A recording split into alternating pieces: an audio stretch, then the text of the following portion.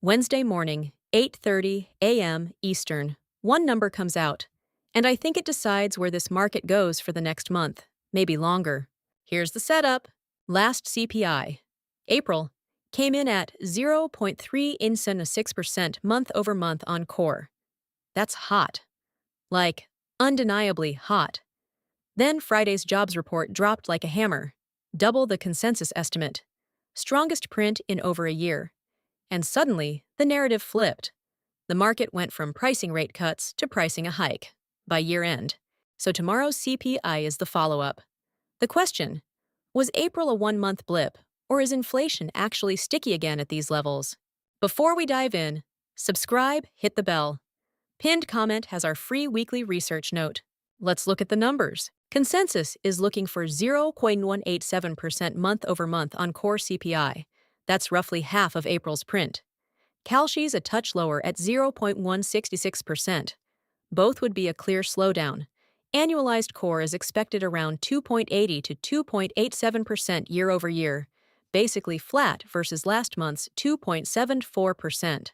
If those numbers hit, it's good news. Inflation is moderating. The narrative holds. But here's the catch. This release is flagged for elevated surprise risk. In plain English, the real number could be meaningfully different from what anyone expects. And given where the market is right now, still reeling from Friday's sell-off, that surprise risk cuts both ways. Let me walk through the two scenarios I'm thinking about. Scenario 1. Hot CPI, say 0.25% or above. That confirms what the jobs report suggested. The economy is running too strong. Rate hike probability jumps. Bond yields push higher.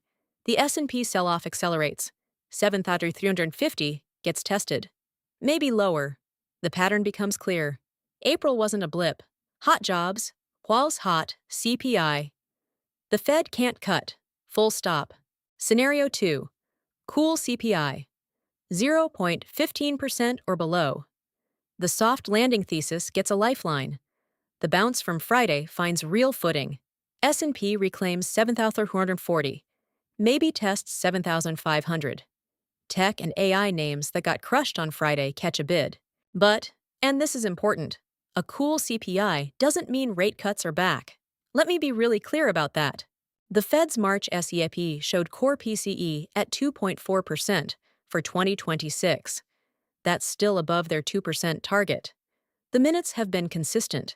They need to see sustained progress, not one good print. So the conversation isn't cuts or hikes anymore. It's hikes this year or status quo? That's a very different question. And even a cool CPI doesn't answer it. Citi said it best in their note this week. Margin for error right now is very low. Forward multiples don't need to collapse to cause pain. A modest compression, with earnings this concentrated in a handful of big tech names, gets amplified through the index. Tomorrow's CPI is exactly the kind of catalyst that triggers that compression, or stops it. There's one more thing nobody's talking about. The World Cup kicks off Thursday. Historically, major sporting events crush trading volumes. Thin liquidity amplifies every move. So if CPI comes in hot on Wednesday and Thursday is low volume, the downside could be fast. Quick question for the comments. Tomorrow's CPI, above or below 0.187%? I want to hear your call. Drop it below. Tomorrow's number won't tell us everything, but it will tell us whether the May jobs report was the start of a new trend or just a scary headline. If this was useful, subscribe, hit the bell. Free weekly note in the pinned comment. Trade smart. See you in the next one.